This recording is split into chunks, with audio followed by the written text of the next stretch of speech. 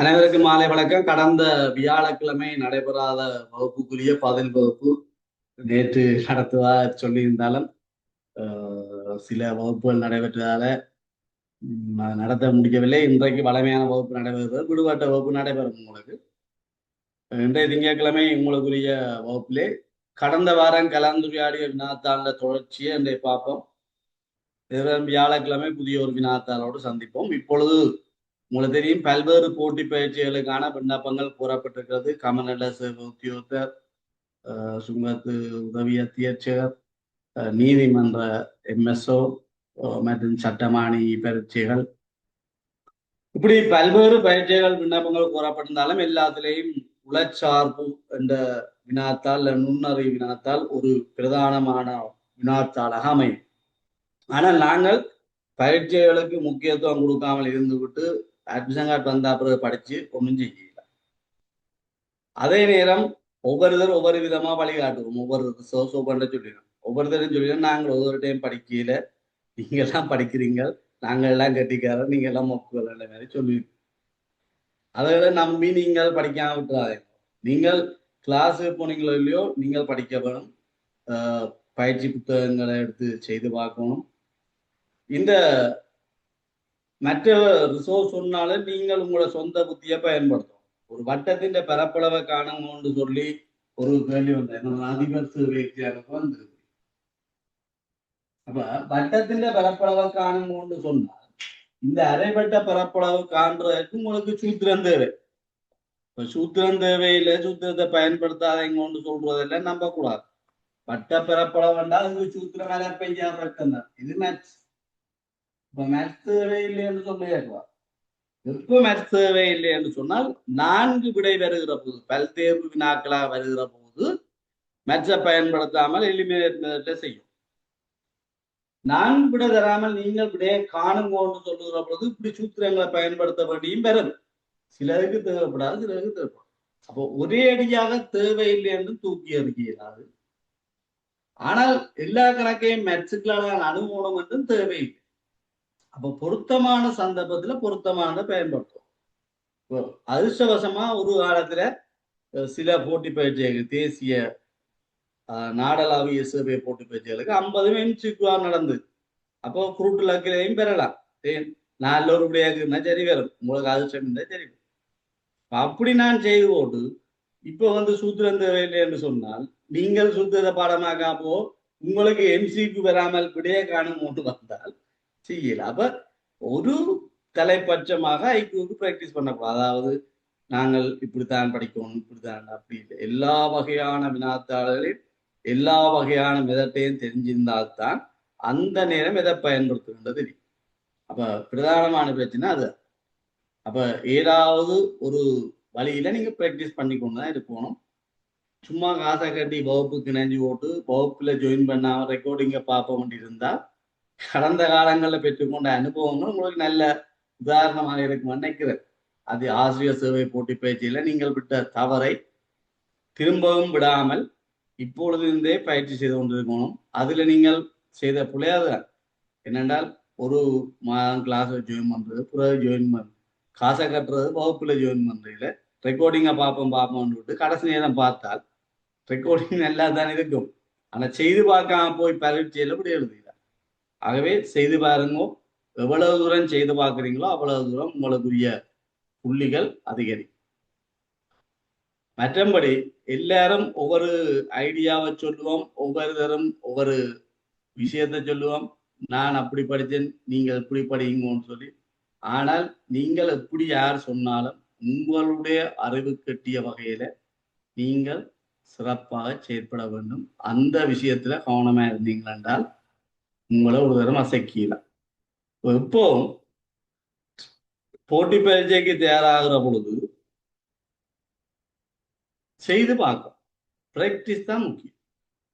எவ்வளவு தூரம் பிராக்டிஸ் பண்றீங்களோ அவ்வளவு தூரம் நீங்கள் வெற்றி பெறுவீங்க. இல்லாவிட்டால் உங்களால வெற்றி பெற முடியாது. பேர்ந்து பரீட்சை முடிய வந்து கவலைப்படத்தான் முடியும். ஆகவே செய்து பாருங்க. எந்த பரீட்சை கண்டாலும் பிரச்சனை இல்லை, எந்த கிளாஸுக்கு நினைப்போமோ, ஆனா செய்து பாருங்க. நாங்கள் சொல்றத 100% நம்பாரு. நீங்கள் என்ன செய்யறீங்க என்றால், நான் சொல்லுவேன், நான் படிப்பிய முழு கேள்வி தான் வந்தேன். நீங்க பேச அவனை சொன்னா கட்டாயம் பெறும் 2 படிச்சு கொண்டு வாங்க வேற கேள்வி. அப்படி நம்ப கூடாது. நாங்கள் சும்மா விளம்பரத்துக்காண்டி எல்லாரும் சொல்லிடுறோம், நாங்க படிப்பிச்சாம இருந்தா நாங்கெல்லாம் படிச்சோம். நாங்க படிப்பிச்சாம வந்தேன்டா எல்லாரும் தானே பாஸ் பண்ணுவோம். அப்படி நடக்குது இல்லை. எல்லாருக்கும் தானே பேப்பர் சுகமா இருக்கும். அப்படி நடக்குது. ஆகவே நாங்கள் படிப்பிச்ச மாதிரி வரும், படிப்பிச்சே வராது. சும்மா ஒரு விளம்பரங்களை நம்பி ஏமாறக்கூடாதுன்ற மாதிரி சொல்றது நம்பி ஏமாறக்கூடாது. நீங்கள் அந்த மெதனாலஜியை கற்றுக்கொள்ளுங்கள். அதுதான் நான் அந்த வினாத்தாலே அனுபவக்கூடிய மெதனாலஜி. அதை யார் சொன்னா என்ன, யார் செய்தான்னு எங்களுக்கு பிரச்சனை இல்லை. நல்ல விடயங்களை எங்கே என்னன்னு கற்றுக்கொள்ளுங்கள். எல்லாரோட எல்லா நல்ல விடயங்களையும் எடுத்து நீங்கள் வெற்றி பெற வேண்டும். சரி, நாங்க வருவோம். இதுல ஒரு பிரதானமான ஒரு வினாண்டை போடுறது இந்த வினா, தகவல் ஒழுங்கமைப்பு வினா. பரீட்சையில தகவல் ஒழுங்கமைப்பு வினாவை நீங்கள் முதலாவதா தெரிவு செய்தீங்கள் என்று சொன்னா நீங்கள் சறுக்கிறதுக்கான வாய்ப்பு கூடுதலாக இருக்கு. எப்ப நீங்கள் இதை தெரிவு செய்யணும்னா கடைசியா தெரிவு செய்யணும்னு நான் சொல்ல மாட்டேன். ஆனா முதலாவதா தகவல் ஒழுங்கமைப்பு வினாவை தெரிவு செய்யக்கூடாது. ஏனென்றால் உங்களுக்கு மேத்திரத்தை தரக்கூடிய வினாவை தான் தெரிவு செய்யும். எந்த வினா இலகுவோ அந்த வினாவை செய்து நீங்கள் ஒரு அந்த இடத்துல உங்களுக்கு ஒரு மேலத்தை வர வச்சா அப்புறம்தான் போகும். இந்த வினாவை பாருங்க. ஒரு நாட்டின் பொருளாதார நெருக்கடிக்கு தீர்வு காணும் முயற்சியாக ஒரு வாரத்தின் 5 நாட்களும் வெவ்வேறு நாட்டு ராயதந்திரிகளை சந்திக்க 4 பேரை கொண்ட ஒன்றுக்கொன்று வேறுபட்ட 5 குழுக்களை ஜனாதிபதி நியமித்திருந்தார். பிரதமர், நிதியமைச்சர், வெளிநாட்டு அமைச்சர், மத்திய வங்கி ஆளுநர், திரசரின் செயலாளர் ஆகியோரை உள்ளடக்கி அமைக்கப்பட்ட குழுவில் எவருக்குமே எல்லா குழுக்களிலும் அங்கத்துவம் வழங்கப்பட்டிருக்கவில்லை. பிரதமர் வெள்ளிக்கிழமை குழுவில் உள்ளடக்கப்பட்டிருந்தவுடன் அடுத்தடுத்து 4 நாட்களில் மாத்திரம் பங்கு பெற்ற வாய்ப்பு வழங்கப்பட்டது. வாரத்தின் 5 நாட்கள் திங்கள்ல இருந்து வெள்ளி, அதுல 4 நாள் தான் அவருக்கு தொடர்ந்து வரும். நிதி அமைச்சருக்கு வியாழக்கிழமை அவற்றை பெயர் இருக்கும். உச்ச அளவாக 3 நாட்களுக்குரிய குழுக்களில் பெயர் அடுத்தடுத்து 3 நாட்களுக்குரிய குழு. இப்ப நிதியமைச்சர் எப்ப தெரியாது, ஆனா அந்த அடுத்தடுத்து 3 நாள் இருக்கு. மற்றது எப்ப தெரியாது. மத்திய வங்கி ஆளுநர் குழுக்களில் அங்கம் வகிக்கும் அடுத்தடுத்த நாட்களின் உச்ச எண்ணிக்கை 2 இருக்கு. அதாவது அவர் கண்டினியூவா போக மாட்டார். திங்கள் செவ்வாய் போனா புதன் பிரேக் பண்ணி தான் பிறகு போகும். அதாவது 2 நாள் தான் அவர் போகலாம். ஏன்னா ஒய்சிலையும் பேரே இருக்குங்க. வெளிநாட்டு அமைச்சர் அடுத்தடுத்து 4 நாட்கள் மாத்திரம் குழுக்கள் அங்கத்துவம் வழங்க. 5 நாள்ல 4 நாள் எப்படி இருக்கா, ஆனா தொடர்ந்து வரும். ஆனால் இன்னொரு ஆளை பற்றி கதைக்கையில திரசேரின்ற செய்யலாம். இப்ப பாருங்க, இதை நாங்கள் தகவல் ஒழுங்கமைப்புக்கு மாத்த போறோம். அப்ப மாத்த போறோம் என்று சொன்னா முதல்ல நாட்களை கதைக்கு என்ன 5 நாள் சொல்லி இருக்கு, வாரத்தில் 5 நாட்கள் சொல்லி. அப்ப மண்டே, டியூஸ்டே, வெனிஸ்டே, தேர்ஸ்டே. இப்ப முதலாவது சொல்லி பிரதமர் வெள்ளிக்கிழமை குழுவில உள்ளடங்கப்பட்டிருக்க. வெள்ளிக்கிழமை பிரதமர் பேரு, வெள்ளிக்கிழமை பிரதமர் பேரு. அடுத்தடுத்து 4 நாள் என்றால் வெள்ளி என்றால் வியாழன் வரும், புதன் வரும், செவ்வாய் வரும்.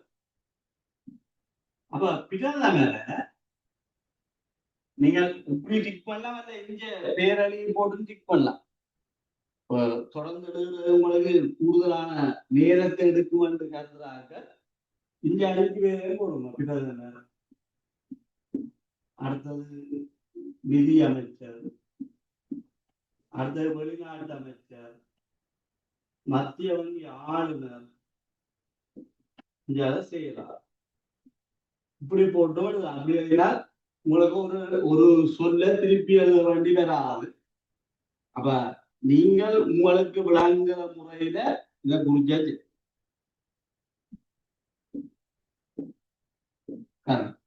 விளங்குறதா பிரதமர் வெள்ளிக்கிழமை போட்டிருக்கு, அடுத்தடுத்து 4 நாள் என்றால் வருது. அப்ப திங்கள் பிரதமர் இல்லை. உங்களை சொல்லியிருக்கு 4 பேரை கொண்ட குழுதான் அமைக்கப்படுது. 5 பேரை பற்றி கதைக்கிறார். 5 பேரை பற்றி கதைக்கிறான். 4 பேரை இந்த குழு அமைக்கப்படுதுன்னா அடுத்தடுத்து 4 நாளா வெள்ளியிலிருந்து அடுத்தடுத்து 4 நாள் இதோட வந்துடும். அப்ப திங்களில் அடுத்த சொல்லி இருக்கு நிதி அமைச்சர். நிதி அமைச்சர் பெயர் வியாழக்கிழமை குரூப்ல இருக்குது. உச்சபட்சமா 3 நாளுக்குரிய குழு, அடுத்தடுத்து 3 நாளுக்குரிய குழுல பெயரிடப்பட்டிருக்கு. அதாவது அவன் அடுத்தடுத்து வரதான் உச்சபட்சம் 3 நாள். வியாழக்கிழமை நிதியமைச்சர் பேர் இப்ப திங்கட்கிழமை பிரதமர் இல்லை என்றால் மற்ற 4 பேரும் வரும். வேற கதை இல்லை. ஏனென்றால் 4 பேரை கொண்ட குழுதான் அமைக்கப்படுது. அப்ப பிரதமர் திங்கள் இல்லை என்றால் மற்ற 4 பேரும் போய்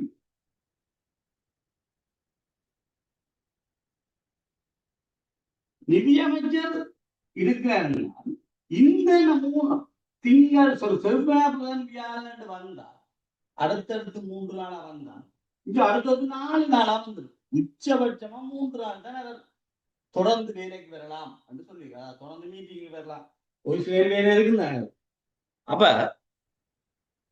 நிதியமைச்சர் வரக்கூடிய நாட்கள் என்ன சொல்லுங்க, கதைக்கும். நீங்கள் கதைச்சாதான் நான் சொல்ற விஷயம் விளங்குதானது. புதனும் வெள்ளியும் சார். ஓ, ஏனென்றால் செவ்வாய் என்று எடுத்தோம் என்றால் செவ்வாய் புதன் வியாழன் வந்தால் 4 நாள் தொடர்ந்து வரதா போடும். அவருக்கு சொல்லியாச்சு 3 நாள் தான் தொடர்ந்து எனக்கு டியூட்டி போடணும். ஆகவே வியாழன் வரணும் என்றால் வெள்ளியும் புதனும் வரும். 3 நாள் தொடர்ந்து வரும். செவ்வாய் இல்லை, திங்களுக்கு. இனி அடுத்த தரவை அந்த சொல்லப்பட்டுக்க தரவை கவனிக்கும். ஒரு குழுவில் 4 பேர் தான் இருக்கலாம்னு சொல்லி ஒரு நாள்ல. அப்ப 5 பேர்ல 4 பேர் தான் இருக்கலாம்டா ஒரு ஆள் ஒரு நாளைக்கு வெட்டுப்படுது. மத்திய வங்கி ஆளுநர் அடுத்தடுத்து வரக்கூடிய உயர்ந்தபட்ச எண்ணிக்கை 2ஆக வரையறுக்கப்பட்டது. வெளிநாட்டு அமைச்சர் அடுத்தடுத்து 4 நாட்களில் மாத்திரம் குழுக்களில் அங்கத்துவம் வழங்கப்பட்டிருக்கிறார். இங்க பாருங்க, வெளிநாட்டு அமைச்சருக்கு அடுத்தடுத்து 4 நாள் என்று சொல்லியாரு. இப்ப இங்க கண்டுபிடிச்சாங்க திங்கட்கிழமை வருகிறது. அப்ப திங்கள் வருகிறால் அடுத்து செவ்வாய் புதன் வியாழன் வெள்ளி இல்லை. ஏன் வெள்ளி இல்லை என்றால் 4 பேரை கொண்ட குழு அமைக்கணும் என்றால் 5 பேர்ல 4 பேரை கொண்ட குழு அமைக்கணும். ஒரு ஆள் தான் பெற விடலாம், மற்ற ஆள்லாம் வரும். இங்க பாருங்க, இங்க ஒரு ஆள் தான் வரையில. அப்ப மற்றாக்கள் எல்லாம் என்ன செய்யணும்? கட்டாயம் பெறணும். வேற கதை இல்லை. ஒரு ஆள் நிறைய மற்றாக்கள் பெறணும். அப்பதான் 4 பேரை கொண்ட குழு அமை.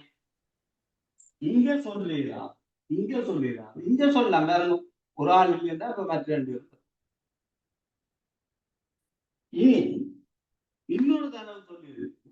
இந்த ஆளுநரும் செக்ரட்டரியும் சொல்லியிருக்கு. ஆளுநர் மத்திய வங்கியின் ஆளுநர் 2 நாள் தான் தொடர்ந்து வரலாம் என்று சொல்றேன். குழுக்களில் அங்கத்துவம் வைக்க அடுத்தடுத்த நாட்களின் உயர்ந்தபட்ச எண்ணிக்கை 2. அவர் சொல்ற நான் அடுத்தடுத்து வரணும் என்றால் 2 நாள் தான் வரலாம், அடுத்த பிரேக் தரணும். அப்ப பாருங்க, திங்கட்கிழமை வந்துருக்கிறாரு, ஓகே. அப்ப செவ்வாயும் வந்துட்டாரு. அப்ப புதன் அவருக்கு பிரேக் கொடுக்கும். சரி, அப்ப இவர் தொடர்ந்து வரக்கூடிய நாள் 10. இப்ப வேணும் செக்ரட்டரி இங்க 4 இங்க 3 இருக்கு. அப்ப இங்க வேற 4 இங்க 4 பேரை கொண்ட குழு அமைச்சாக பேர் தெரியும். அப்ப இந்த கேள்வி கொஞ்சம் வித்தியாசம் இல்ல. அந்த மொழி நடையில உங்களுக்கு ஒரு சிக்கல் வந்திருக்கும். அந்த அடுத்தடுத்து 2 தானே என்று சொல்லுகிற பொழுது 2 நாள் என்று சொல்லுவோம். உயர்ந்தபட்ச எண்ணிக்கை 2 என்று சொல்லுகிற பொழுது நீங்கள் 2ஓட நிப்பாடுவீங்க. அப்படி இல்லை. ஏனென்றால் 5 பேர்ல இருந்து 4 பேரை கொண்ட குழு அமைக்கிறோம் என்று சொல்லி இருக்கு. ஒவ்வொரு நாளும் 4 பேர் சந்திக்க போயிடுமா. அப்ப பிரதமர் திங்கட்கிழமை வரமாட்டேன்னா மற்ற 4 பேரும் போகும். அது மாதிரிதான் மற்ற வேலையும் கண்டு. இனி கேள்விக்கு விடையாதுதான். இது விளங்கிட்டு தானே? இது விளங்கிட்டேன்னா நீங்க வினாவுக்கு விடையாதுதான் பிரச்சனை. இனி பாருங்க, முதலாவது கேள்வி, ஒவ்வொருவரும் எத்தனை குழுக்களில் அங்கம் வைக்க வேண்டியது? நீங்க தான் சொல்லணும். 4. ஒவ்வொருவரும் 4 குழுக்கள்ல அங்கம் வைக்க வேண்டியது.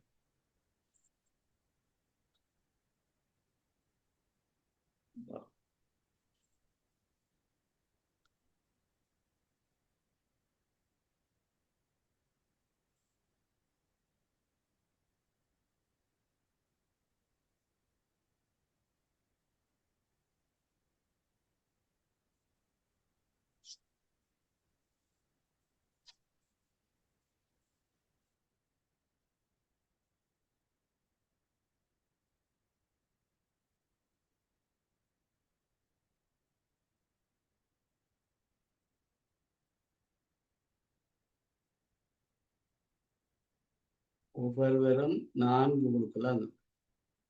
அடுத்தது திங்கட்கிழமை ராஜதந்திரிகளை சந்திக்கும் குழுவில் இடம்பெற்றிருக்காதவர். பிரதமர். இது இந்த கேள்விக்கு நீங்கள் இந்த அட்டவணை போடாமலே இப்படி எழுதலாம். ஏனென்றால் பிரதமர் வெள்ளிக்கிழமை இருக்கு, 4 நாள் தான் தொடர்ந்து வருவர் என்றால் திங்கள் வரையிலாத.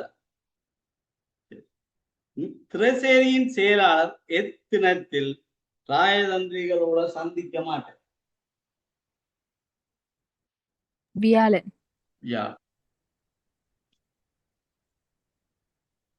புதன்கிழமை ராஜதந்திரிகளின் சந்திப்பு நடைபெறும் போது தனது அலுவலக கடமைகளில் ஈடுபட யாருக்கு வாய்ப்பு கிடைக்கும்? மத்திய வங்கியாளுநர். அவர் சந்திக்கிறது.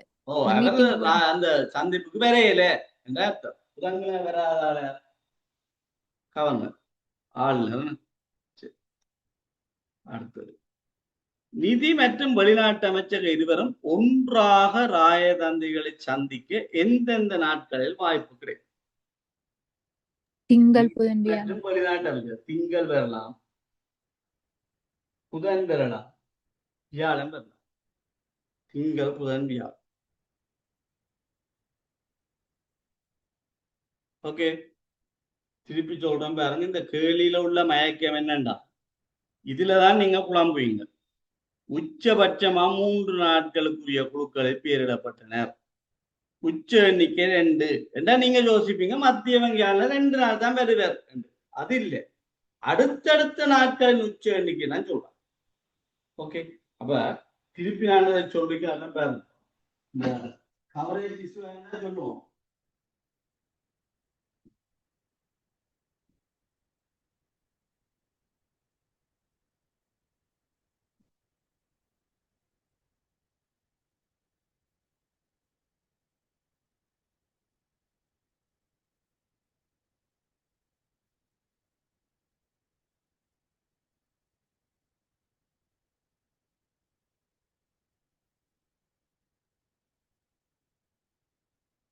இப்ப இந்த அட்டவணை இப்படித்தான் போடணும்னு கட்டாயம் இல்லை. நீங்க உங்களுக்கு வசதியான மாதிரி போடலாம். நான் இது ஏன் எழுதுனா திருப்பி திருப்பி எழுதலாம்.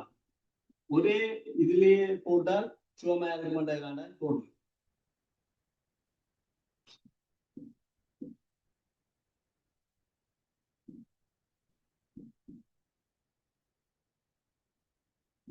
சரி, அப்ப நாங்க சுருக்கம் அப்புறம் பிரதமர் நிதியமைச்சர் வெளியே ஆளுநர் செய்யலாம். இப்ப சொன்னா பிரதமர் வெள்ளிக்கிழமை குழுவுல நியமிச்சிருக்கு. தொடர்ந்து 4 நாள் இருக்கிறாங்கன்னா வெள்ளியான வியாழன், புதன், செவ்வாய். அப்ப திங்கள் வரையலாம். ஏனென்றால் 5 பேர் தான் இருக்கிறோம். 4 பேரை கொண்ட குழு அமைக்கப்படுது என்றால் திங்கள் இவர் வந்தால் இவர் எல்லா நாளும் வந்துட்டார். என்ன 4 பேரை கொண்ட குழு அமைக்க சான்ஸ் இல்லை, இல்லை. அடுத்த சொல்றோம், நிதியமைச்சர் வியாழக்கிழமை குழுவில இருக்கிறார். உங்களுக்கு தெரியும் ஒரு நாளைக்கு 4 பேரை கொண்ட குழு இருக்கும். 5 பேர் தான் இருக்கிற திங்கள் பிரதமர் இல்லையா மற்றார்கள் இல்லையா திங்கட்கிழமை வரணும். ஒரு கதை சொல்றேன், நான் பார்லிமெண்ட்ல மீட்டிங் இருக்கு வர மாட்டேன். அப்ப மற்றார்கள் மீட்டிங். இப்ப நிதியமைச்சர் வியாழக்கிழமை என்று சொல்லியிருக்கு. அடுத்தடுத்து 3 நாள் வருவார் என்று சொல்லி அடுத்தடுத்து 3 நாள் வருவார். அப்ப இவர் அடுத்தடுத்து 3 நாள் வியாழன், புதன், செவ்வாய் வந்தா இவர் இப்படி 3 நாள் எழுதிங்க. அடுத்தடுத்து 4 நாட்களாக அமைந்துவிடும். ஆகவே என்கிற அந்த தரவு அதிகபட்சமா 3 நாள் தான் அடுத்தடுத்து வருகிறது. அப்ப செவ்வாய் வர மாட்டார். புதன், வியாழன், வெள்ளி இந்த 3 நாள் அடுத்தடுத்து வருது. 3க்கு ஒரு நாள். ஓகே, சரி, அப்ப இது வர மாட்டேன். இப்ப செவ்வாய்க்கிழமை நிதியமைச்சர் வர மாட்டேன்னா மற்ற எல்லாரும் வரும். அப்பதான் 4 பேரை கொண்ட குழு தானாமே. அடுத்த சொல்லியிருக்கு, இந்த கவர்னர் சொல்றேன் நான் 2 நாள் தான் அடுத்தடுத்து வரணும். அதிகபட்சம் 2 நாள் அடுத்தடுத்து வரலாம். அப்ப திங்கள் வந்து செவ்வாய், அப்ப புதனாள் வர மாட்டேன். அப்ப வியாழனும் வெள்ளியும். புதன்கிழமை கவர்னர் வர மாட்டார் என்று சொன்னா மற்ற எல்லாம் வரணும். ஆகவே இப்ப எங்களை பாருங்க, இந்த 2 இடம் தான் கண்டுபிடிக்கும். அதுல எது வராதுன்னு கண்டுபிடிக்கும். ஒரு டேட்டா சொல்லி இருக்கீல பாருங்க, கடைசி தரவு இந்த கடைசி தடவை பாரு. வெளிநாட்டு அமைச்சர் அடுத்தடுத்து 4 நாட்கள் மாத்திரம் குழுக்களில் அங்கத்துவம் வழங்கப்பட்டது. அப்ப வெளிநாட்டு அமைச்சருக்கு அடுத்தடுத்து 4 நாள் இந்த 3 நாள் வந்துட்டு அப்ப வியாழன் தான் வருவார்.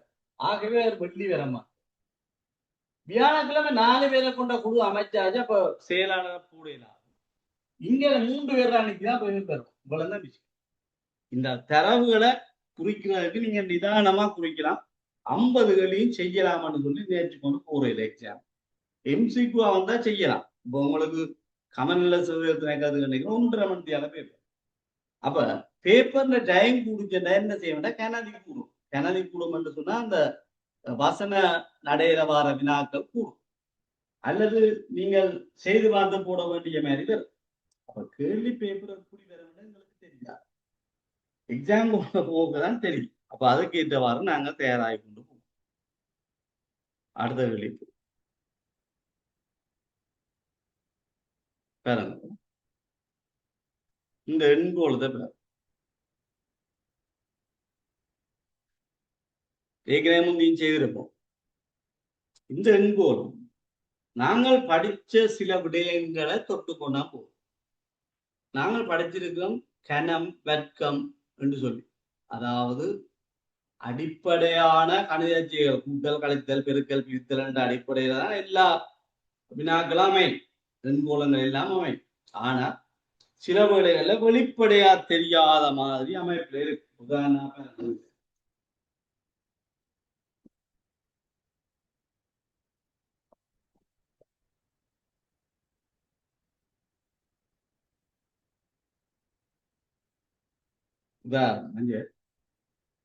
ஒன்றின் கனம் என்பது ஒன்று தர ஒன்று தர ஒன்று.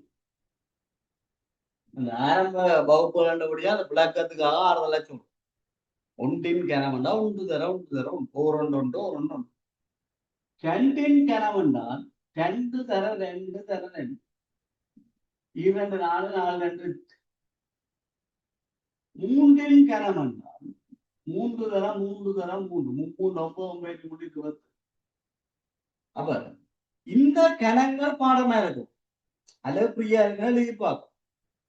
6 1 8 27, அந்த 4ன் கணம் 64, 5ன் கணம் 125, 6ன் கணம் 216, 343, இப்படி போகும். 10ன் கணம் மட்டும் ஓரளவுக்கு ஞாபகம் இருக்கணும்.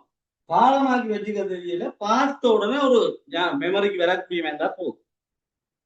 அது மாதிரி வர்க்கங்கள் 1 2 4 3 9 4 16 5 25 6 36 7 40.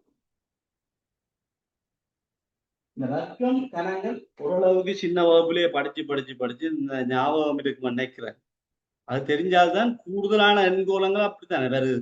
இப்ப இந்த கடைசியா நினைக்கிறேன் டீச்சிங் சர்வீஸுக்கு போறாக்களுக்கு அப்படியான வினா ஒன்று செய்து விட்டாங்க, கொஞ்சம் செய்யறாங்க. அதாவது இந்த ஐசிடி சர்வீஸுக்கு வந்தேன்னு சொல்லி இப்ப அப்படியான வினாக்களை பார்க்கிற பொழுது உங்களுக்கு பிடிக்கும். பாருங்க, பூச்சியத்தை வச்சு ஒன்று யோசிக்கலாம். ஆனா அடுத்த என்ன பாருங்க, 64 விட 1 குறைவு, 125 விட 1 குறைவு, 27 விட 1 குறைவு, 8 விட 1 குறைவு, 1 விட 1. அப்ப கணங்களை விட குறைவு பாருங்க. கணம் 1 8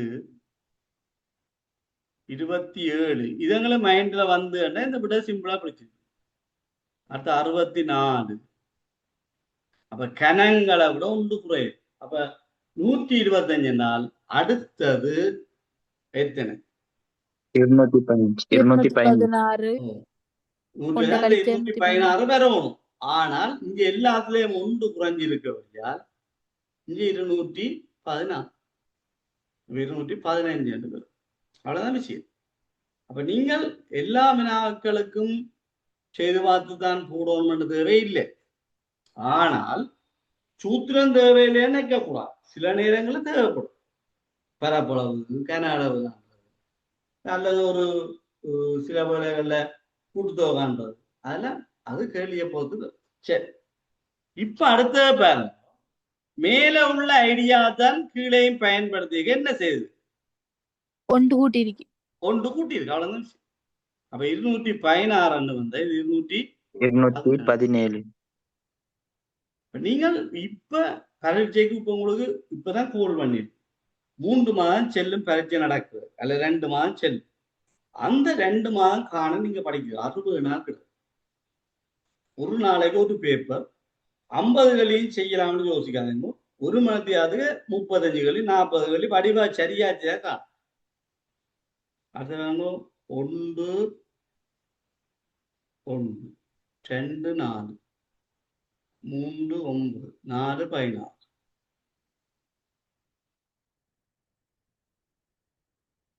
அதுக்கு விலை சார் 5.25. 1 பாயுது சார்.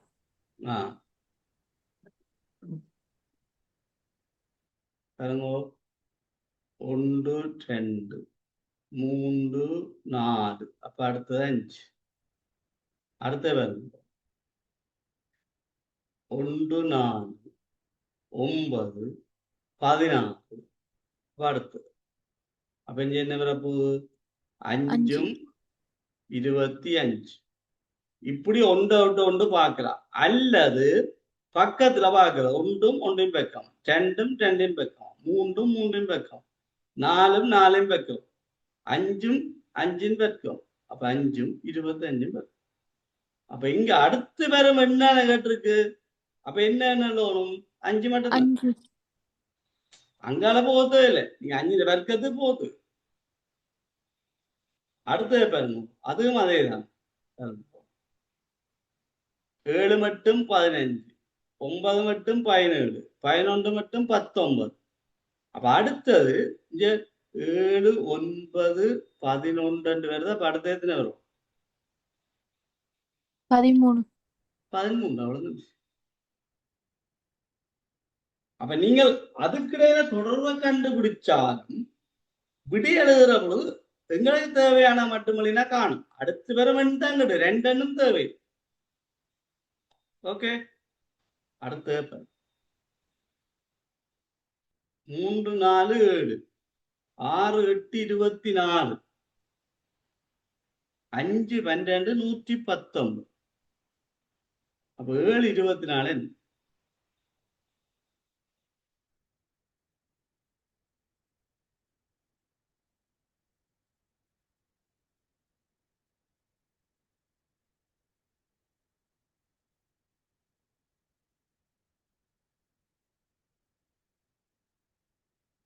இது வந்து வர்க்கத்தை கூட்டி 3 9 நாங்க 16 அதை கழிச்சா 7 அப்படியா சார்?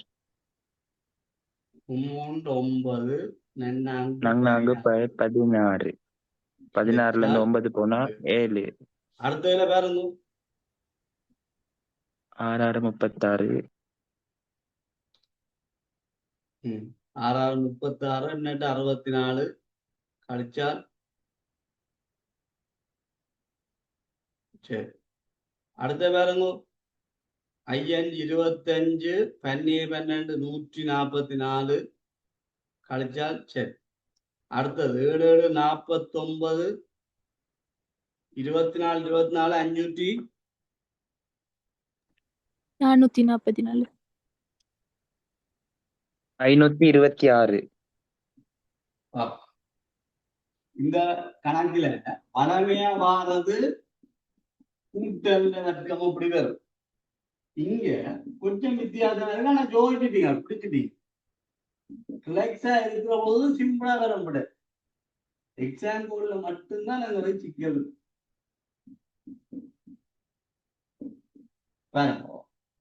இந்த வினாத்தான வளமையா பைதருந்து தொடர்பான வாரது வர்க்கம் வர்க்கம் அந்த வர்க்கமா வரும். இந்த முறை வந்த போது வேறு ஒரு பரீட்சையில என்ன செய்யுதுன்னா அந்த வர்க்கம் தான் வருது. 3 வர்க்கம் 9 4 வர்க்கம் 16 வித்தியாசம் தான் செய்யுது. 16 9 6 வர்க்கம் 36 8 வர்க்கம் 64 வித்தியாசம் தான் செய்யுது. 5 வர்க்கம் 25 12 வர்க்கம் 144 வித்தியாசம் தான் செய்யுது. அப்ப இங்க 7 வர்க்கம் 49 24 வர்க்கம் 596. 5 24 24. நாலு 76 96 9 மிச்சம் 48 9 50 கழிச்சா 14 9 7 6 4 2 5 வர வேண்டிய விட 520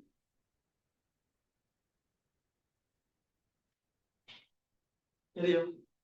அப்ப வர்க்கங்கள்ல வித்தியாசம். ஓகே, இதை இன்னொரு விதமா செய்யலாம். 3 4 7 4 3 1 ஒரு கூட்டுத்தொகையினையும் வித்தியாசத்தினையும் பெருக்கலாம். 6 மட்டும் 14 8ல 6 குணா 2 14 2 28 12 5 17 12 5 குணால் 7 17 7 110 24 7 31 24 7 குணால் 17 39 17 520 அப்படிதான். இது ஒரு வித்தியாசமான எண்கோலம், ஆனா செய்யலாம். சரி, மற்ற கேள்வி செய்ய முதல் இன்னொரு வினாவை சொல்லி போடுவது டீச்சிங் இதுக்கு வந்த கேள்வி எனக்கு பாருங்க. நீங்க எங்க புலவுறீங்கன்னு பாருங்க. வினாவை நாங்க எப்படி கஷ்டப்படுத்தி வச்சு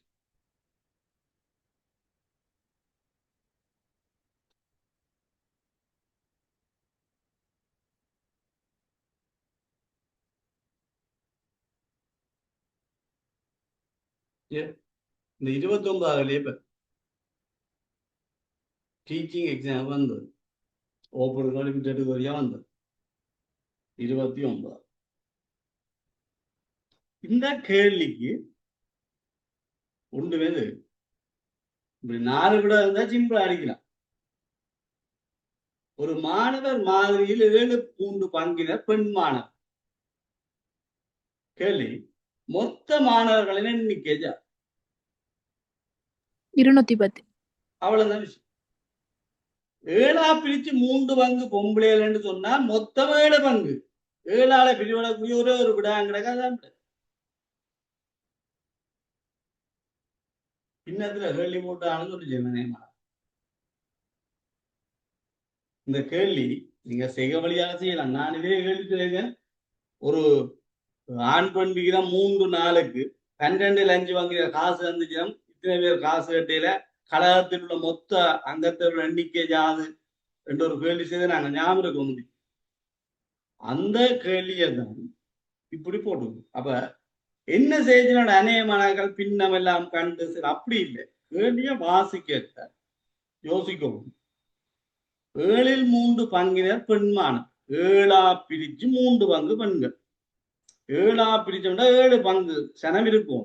கேள்வி மொத்த மாணவர் எண்ணிக்கையான் கேட்டு. அப்ப 7 பங்கு எவ்வளவுண்டா கேட்டு. அப்ப 7 பங்குன்னு சொன்னா ஆக்களின் எண்ணிக்கை முழுவன்ல இருக்கும். 7ஆல பிரிபடுவோம்டா ஒரே ஒரு விடான 7ஆல பிரிபடுது 110. அப்ப அதான் விட மற்ற ஒண்ணு யோசிக்கிறது. அப்ப இப்படி சில வினாக்களை நாங்க டெக்னிக்கலா அணுவோம். எல்லா வினாவும் அப்படி வராது, ஆனால் ஒரு வினாவாவது அப்படி வரும். சில கேள்விகளை செய்ய நாங்க நேரத்துக்கு இப்போ இதுல 10 செகண்ட் சொன்னீங்க அப்படி. அப்ப மிச்சம் 48 செகண்ட் 58 செகண்ட் இன்னொரு வினாவுக்கு உதவும். நீங்கள் கேள்வியில அந்த டெக்னிக்கலா பிடிச்சு வச்சு கொண்டு அடிக்கும். சரி, அடுத்தது வருது.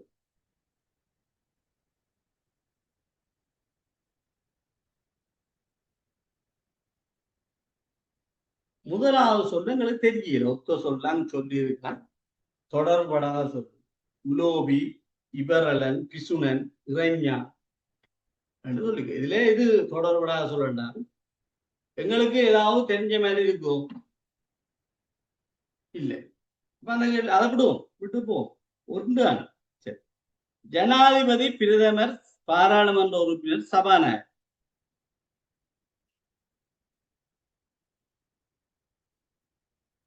பாராளுமன்ற உறுப்பினர் சார். ஜனாதிபதி. ஏன் ஜனாதிபதி? அவருக்கு ஜனாதிபதி தேர்தல் நடக்கும். மிச்ச எல்லாரும் ஒரே தேர்தல் வரணும். ஜனாதிபதி மக்களால நேரடியாக தெரிவு செய்யப்படும். பாராளுமன்ற உறுப்பினர்கள் மக்களால நேரடியாகவும் தெரிவு செய்யப்படினும் தேசிய பட்டியலையும் பெறுகிறார். அதே நேரம் சபாநாயகரும் பாராளுமன்ற உறுப்பினர்லேருந்து ஒரு ஆளாக தான் இருப்பார். பிரதமரும் பாராளுமன்ற உறுப்பினர்கள் ஒரு ஆளாக தான் இருப்பார். ஜனாதிபதி மட்டும்தான் நேரடியாக மக்களால் தெரிவு செய்யப்படினும் மற்றது இது பாராளுமன்றத்துக்கு உள்ள நடக்கும், அது வெளியே. இப்ப எல்லாரும் பிரதமரும் பாராளுமன்ற உறுப்பினர் தான், பாராளுமன்ற உறுப்பினரும் தான், சபாநாயகரும் பாராளுமன்ற உறுப்பினர். ஆசிரியர், வைத்தியர், மாணவர், அதிபர். முதலாவதுக்கு ஆன்சர் என்ன சார்? இது சொல்லு, தெரியாது சொல்லும். முதலாவது தெரியலன்னா விட்டு அடுத்தது போறோம். அப்படிதான் அந்த அதுக்காக தான் சொல்லுங்க. முதலாவது விட சொல்லு. ஆசிரியர், வைத்தியர், மாணவர், அதிபர். வைத்தியர். ஏன்? ஆசிரியர், மாணவர், அதிபர் எல்லாமே ஸ்கூல்ல வருவாங்க. வைத்தியர் ஹாஸ்பிட்டல்ல இருப்பாரு. மற்ற 3 பேரும் ஒன்றோடு ஒன்று தொடர்பட்டார்கள். வைத்தியர் இங்க தொடர்படாத. பொன், வெள்ளி, பித்தளை, ரசம். ஏன் ரசம்? திரவத்தில் வைக்கிற உலோகம். திரவமா இருக்கிற உலோகம் என்ற அடிப்படையில மற்ற எல்லாம் திண்மங்கள். சுக்கிரன், சந்திரன், குரு, சனி. ஏன்? மிச்சம் எல்லாம் வெள்ளி என்ற கோல செல்லுது. சனி வித்தியாசம் இல்லை. சந்திரன் சார். சனி என்று சொல்றதுக்கு சரி, ஆனால் சனிக்கு தானே அந்த வளையம் இருக்கு. ஆனால் இங்க பாருங்க, சுக்கிரன், குரு, சனி எல்லாம் கோள்கள். சந்திரன் துணைக்கோள். புவியின் உபகோள்லாம் சந்திரன். ஆகவே கொஞ்சம் பார்க்கணும், கொஞ்சம் நுணுக்கமா பார்க்கணும். அந்த எப்படி கேட்கிற பொழுது ஏதாவது ஒரு மயக்கத்தை தெரியும். முதலாவது விட எனக்கு தெரியல. உலோபி, கஞ்சன், பிசுனன் எல்லாம் சரி. இவரலன் இறைஞானண்டதுல இவரலன கொடுக்க மாட்டான் அந்த அடிப்படையில சொல்லி தெரியல. பாப்போம், பார்த்து சொல்றேன். நான் தேடி போனா மறந்துடும். சரி, இதுக்கு வேலை நம்ம அதிபர் எக்ஸாமுக்கு இப்படி 10 மொழித்திறனோட சார்ந்த வினாக்கள் வந்து 10 வந்தா கொஞ்சம் சவால். என்னன்னா சுவமே இருக்கிறது சரி, எதுக்குள்ளே தெரியாது. வேகம், தூரம், அமுக்கம் என்ன?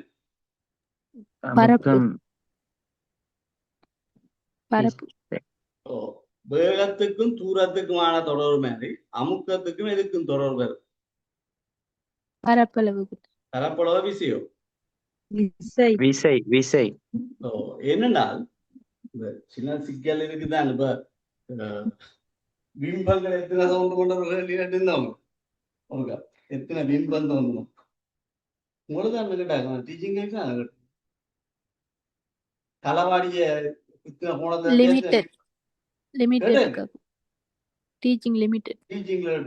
அப்ப அதெல்லாம் 9ஆம் ஆண்டு 10ஆம் ஆண்டு படிச்சு மறந்து இருக்கும். இதுல காரணம் வேகம் அல்லது கதி தூரத்தின் நேரம் என்று சொல்லுவோம். அது மாதிரி அமுக்கம் விசையின் பெறப்படும். இதுல பார்க்கணும் தொடர்பு என்ன. வேகமும் தூரம் நேர் விகித சமன் என்று சொல்லுவோம். அதாவது நேரம் கூடினால் வேகம் குறையும், நேரம் குறைஞ்சால் கொஞ்ச நேரம் வேகம் கூட, ஸ்பீடா போறோம்னா வேகம் கூட. இங்க அமுக்கம் பெறப்படும். பரப்பளவு கூட கூட கூட அமுக்கம் குறையும். பரப்பளவு குறைஞ்சு என்றால் அமுக்கம். ஆகவே இது நேர் இருக்கிறோம். நேர் விகிதம் மேலே மேலே கீழே இருக்கிறது நேர் மாறு விகிதம். இங்க வேகமும் தூரமும் சொல்லி இருக்கிறதா நீங்கள் பார்க்க தெரியும். வேகமும் தூரமும் என்று சொல்லியிருக்கிறாரு. அமுக்கமும் விசையும் தான்.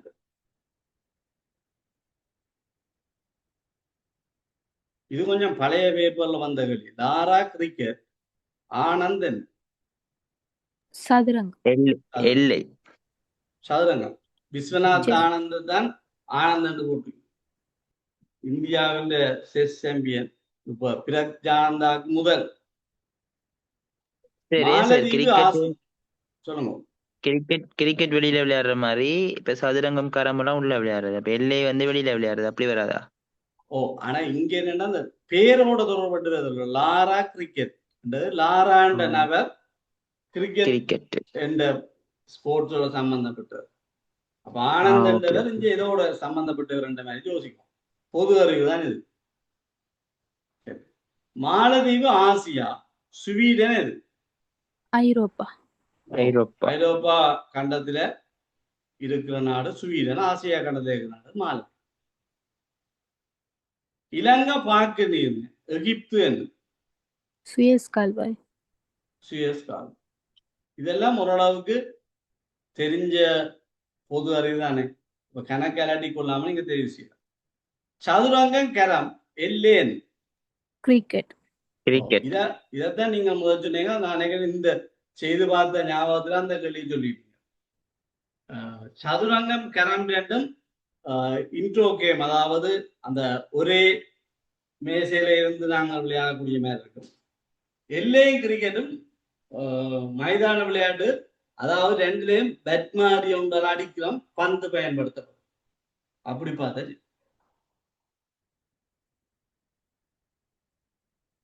இந்த 10 கேள்வியும் செய்து நான் அன்னைக்கு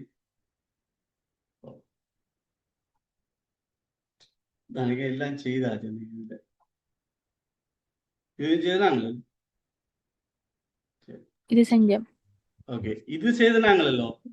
இந்த கேள்வி இப்ப சொல்ல போறோம் பாருங்க. இந்த கேள்வி இன்னொருக்கா வந்துருக்கு.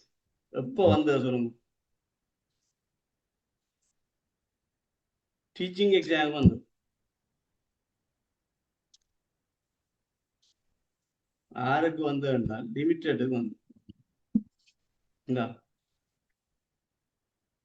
அண்டைய செய்த வேலையை நான் திருப்பி போடணும்னு போனா 2 உண்டா போட்டுக்கணும். இங்க பாரு,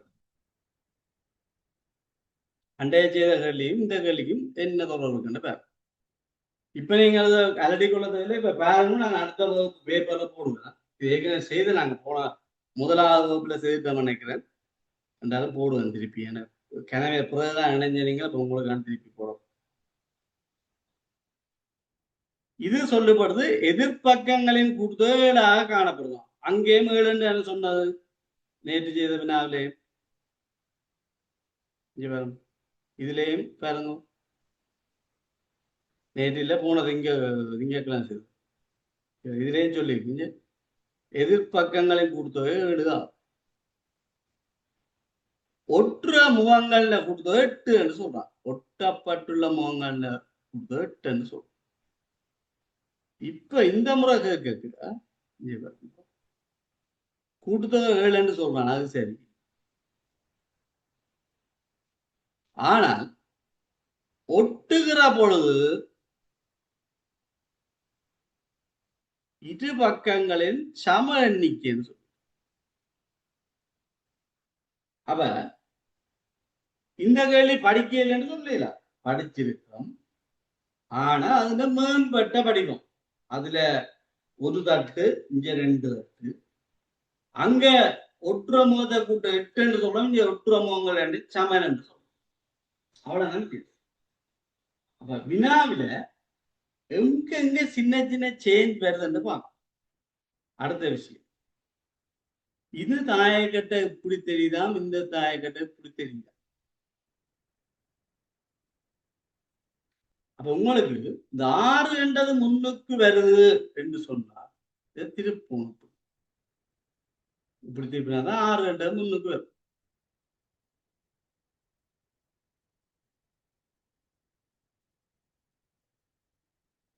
அப்ப 6 என்றது முன்னுக்கு வரக்க 5 என்ற இந்த சைடுக்கு போகும். அப்ப 4 என்றது மேலதான் தெரியும். அப்ப 2 என்றது இந்த சைட்ல இருக்கு. 2 இந்த சைட்ல இருக்குன்னா எதிர் முகம் 5 தானே. எதிர் முகம் கொடுத்த 7 என்று சொல்லி இருக்கு. அப்ப P-ன் பெருமானம் என்ன? 4. இது விளங்கிடுதோ? இந்த P-ன் பெருமானம் கண்டுபிடிச்ச விளங்கிடுது.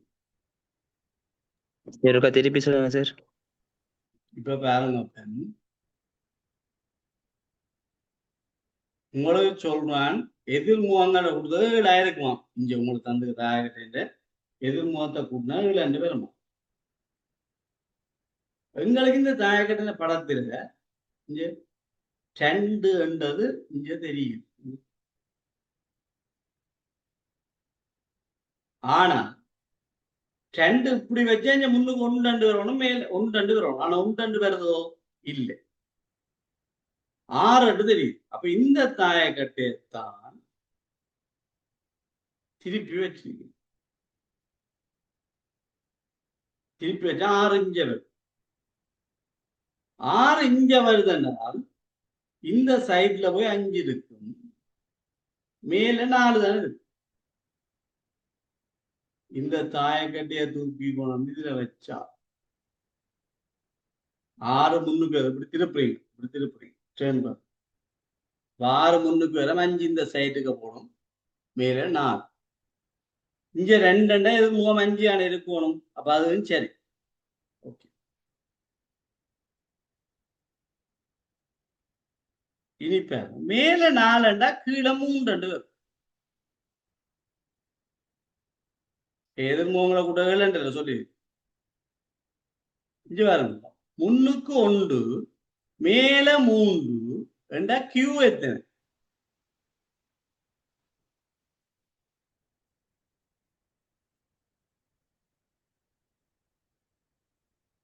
முன்னுக்கு 1 மேல 3 ரெண்டா கியூ எத்தனை? 2 பாருங்க. இந்த தாயக்கட்டு தான் சொல்லுச்சு. Okay okay sir. சரிதானே? இப்ப 4 மார்க் வந்துச்சு.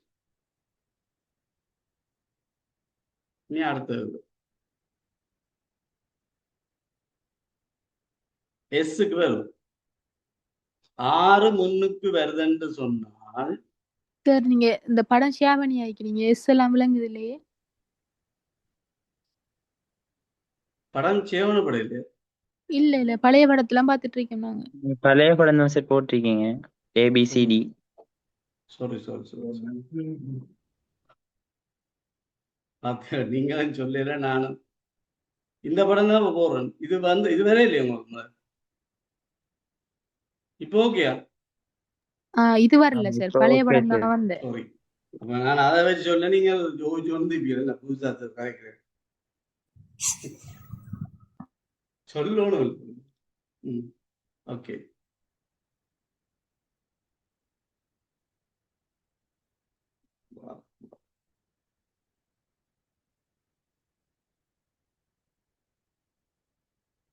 ஸ்கிரீன்ல வரையிலேண்டா அப்படிதான் சொல்லணும். சரி, இப்ப வேற இப்போ இங்க தாயக்கட்டை வடிவம் தந்துருக்கு தானே. நீங்க இந்த தாயக்கட்டையை வச்சு கொண்டு தான் பார்க்கணும்.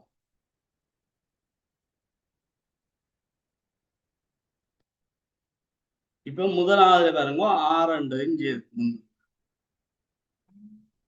அப்ப நாங்கள் இந்த படத்தை இப்படி திருப்பினார் 6 முன்னுக்கு வரும். முன்னுக்கு வந்தா இந்த பக்கம் என்ன போகும்? 5. 5. அப்ப மேலே இருக்கிற 4 மேலே இருக்கு. அப்ப பி எத்தனை? 4. இப்ப பாருங்க, எதிர்முகங்கள்ல கொடுத்ததா 7 சொல்றோம். இங்க 5 2 7 சரி. இது 5 என்றால் இந்த பக்கம் 5 தான் இருக்கு. ஒட்டுப்படுற 5. முகங்கள்ல சம எண்ணிக்கைன்னு சொல்லிக்கிங்க.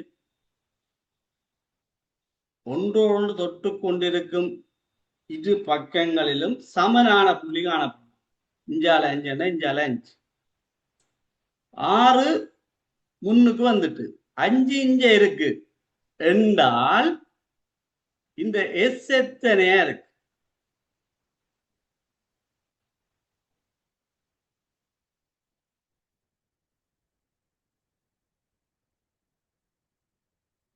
மூன்றாயிரம். 4 இருக்கலாம் தானே சார்?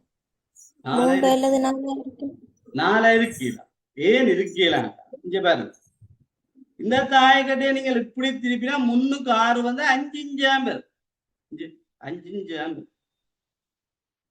அப்ப 5 இன்ச்சு வருதுன்னா தாயக்கட்டை என்ன செய்யலாம்? கவுட்டு இருக்கும். மற்ற பக்கம் கவுட்டு இருக்கும். இலக்கம் இருக்கு, இல்ல டொட்டான இருந்தேன்னு சொல்லி இருக்கு. தாயக்கட்டையை கவுட்டு இருக்கு. தலைவிழா திருப்பினால் 6 முன்னுக்கு பிறகு 5 இந்த பக்கம் போடும் தானே. அப்ப 4 எங்க வந்திருக்கு நினைக்கிறீங்க? கீழே கீழே வந்து இந்த பக்கம் தான் 4. 4 கீழே இருந்தால் எதிர்முகம் 3 இருக்கணும். ஏன்? கூட்டுத்தொகை 7 என்று சொல்லி எதிர்முகங்களை கூட்டுத்தொகை 7. 4 கீழே வந்தா மேல 3. 5 இஞ்சே இருந்தா 2 இஞ்சாலே இருக்கு. 6 முன்னுக்கு இந்த எதிர்பக்கம் 1 இருக்கு இந்த. அப்ப எஸ் எத்தனை? 3. இனி இங்க வாங்க. பி 4 கீழ் முகம் எத்து 3 3. அது 3 அடுத்தது 3 தான். ஒட்டுப்படுற 2 முறை மூவ்மெண்ட் சொல்லி இருக்கு. ம் அப்ப கியூ எத்தனை?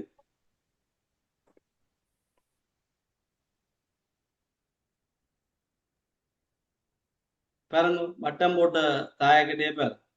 1 முன்னுக்கு மேல 3 கடை, சைட்ல என்ன வரும்? 2 2. அப்ப கியூ 2.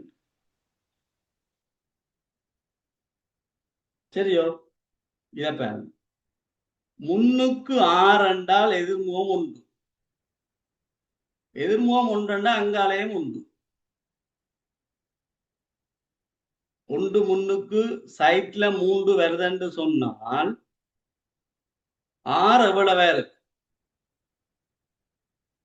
4 5. ம் இது வரணும். 1ம் 3ம் வந்துட்டு மற்ற முகம் 2 வரையில 2 கீழே போய் நிற்கும். 2 கீழே போய் நிற்கும். கீழே போய் நின்றா இது முகம் எத்தனையா இருக்கும்? 5 இருக்கும். அப்ப 6 5. ஓகே, கொஞ்சம் சிக்கலான உருவம், முப்பரிமாணமா யோசிக்கும். அப்போ ஒற்ற தாயக்கட்டைன்னு சொன்ன அந்த வினாவும் இந்த வினாவுக்கும் என்ன வித்தியாசம்? அது ஒரு தட்டண்டபடியா உங்களுக்கு சிம்பிளா பார்க்கக்கூடிய, இங்க முப்பரிமாணமா யோசிக்க முடியும். அப்ப இப்படியான வினாக்கள் வருகிற பொழுது கொஞ்சம் டைம் எடுத்து யோசிக்க முடியும். அவ்வளவுதான் விஷயம். மற்றபடி விட்டு சிக்கல்.